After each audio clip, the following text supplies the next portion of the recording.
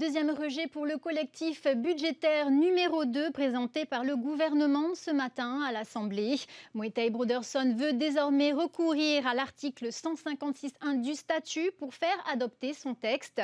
En face, certains élus réclament déjà des élections territoriales anticipées. Retour sur une séance sous haute tension où la crise budgétaire a confirmé l'ampleur des fractures dans le camp indépendantiste. Athéna Milcam et Jeanne Tinouroua. Donc 17 pour, 21 contre, 18 abstentions. Un mélange de couleurs à l'image de cette séance de vendredi, dispersée. Deux élus du Tavini Huiratira ont voté contre, alors que le groupe avait choisi de privilégier l'abstention. Une voix favorable est même venue des rangs indépendantistes, celle d'Oscar Temaru, absent de l'hémicycle ce vendredi. Soutien inattendu aussi du côté de l'opposition Tapura, celui du Tavana de Rangiroa, inquiet des conséquences du rejet de ce collectif budgétaire sur les finances de sa commune. On est là avant tout pour la défendre, notre population. Et c'est ça le message que je voulais donner à notre population.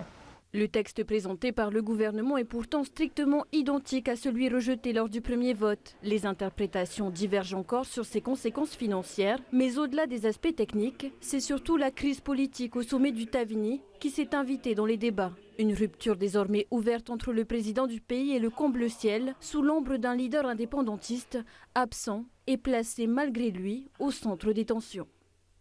Il nous a reproduit le même collectif avec les fautes d'orthographe et puis les taches d'encre. C'est tout. Donc comment tu peux interpréter ça? C'est un affront, c'est un déni, c'est de l'irrespect.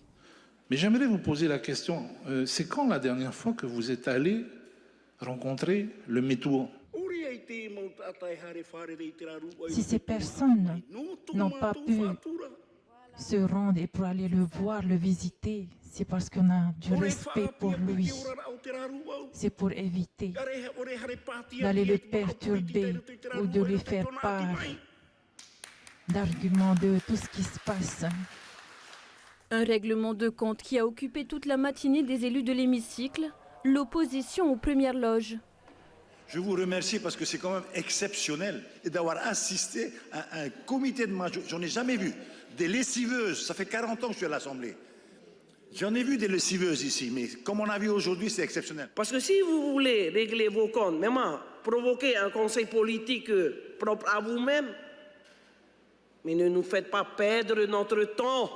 Sans surprise, le collectif budgétaire a donc été rejeté une deuxième fois, même si l'abstention a finalement été le choix de la plupart des élus bleu-ciel. Moetai Broderson a confirmé vouloir recourir à l'article 156-1 du statut, un mécanisme régulièrement comparé au 49.3. Il engagera ainsi la responsabilité de son gouvernement pour faire adopter le texte, sans vote cette fois. En retour, les élus ont la possibilité de déposer une motion de renvoi, soumise à des conditions strictes, une perspective sur laquelle les différents groupes disent ne pas avoir encore arrêté leur position. Du côté des non-inscrits, une autre sortie de crise est proposée.